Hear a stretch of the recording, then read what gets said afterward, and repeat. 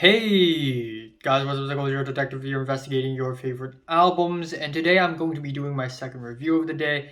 And to continue off of the intro of my last video, the reason why my roommate woke up so early and decided to cook so early is because she is leaving early. So right now, the entire apartment is mine.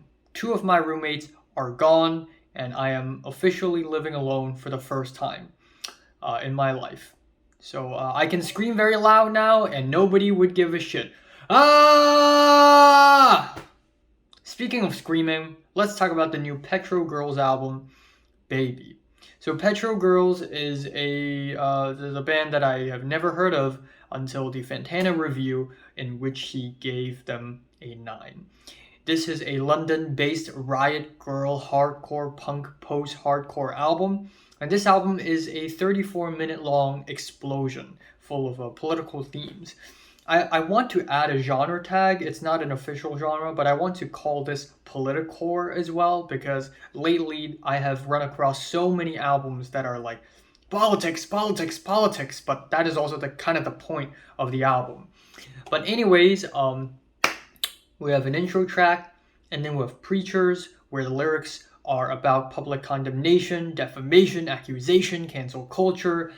And that being said, though, I think the instrumentals are just okay, and the tongue-in-cheek vocals are a little bit too derivative of other British hardcore punk bands. That is followed with Feed My Fire, which is easily the weakest track on the album. The melodies are kind of awkward and forced, and the whole track doesn't really come together all that well. But the pace quickly picks back up with the track Baby, I Had an Abortion, which is a really well-timed track given the Supreme Court Justice ruling of the Roe versus Wade thing that happened in America. Yeah.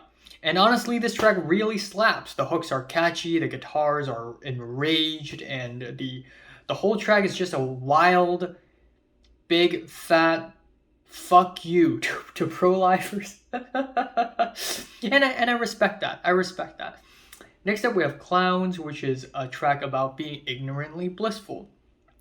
Because if you're not radicalized in 2022, what the hell? Are you living under a rock? And this track is also about centrism, and yeah, the riffs on this track run a little dry. They just don't translate all that well. And then that is followed with Unsettle, which is about unsettling on love and relationships, trying to have a more progressive view on love and relationships, modern love, trying to be held but not be held back. Now, I agree with a lot of the political themes and messages on this album, but I'm a little bit on the fence with this one, to be honest, because I'm not completely into the idea of just loving anybody you want and not deal with the repercussions of jumping all over the place without much in terms of loyalty. But you do you, and you're the West, and that's that, I guess. But still, I think instrumentally this track is a little quiet and thus a little weak, because the performances just don't have that potency to it as the louder tracks do. Next up, we have Fight for Our Lives with the crazy, intense melodic hooks, the heavy industrial guitars, and I just love the intensity of this track. It just completely blows off the roof. Then that is followed with Violent by Design, which also features the same guest vocalist, and this track is about institutionalism. Cops suck. All cops suck. And yeah, I guess the track is a little drab. It does get its message across, but it is a little dry. The last three tracks are really great, however. We have One or the Other with the wild, distorted guitars, and the performances are just so friggin' blood pumping. The vocalist of this band is like the female version of Joe Talbot of Idols, so crazy.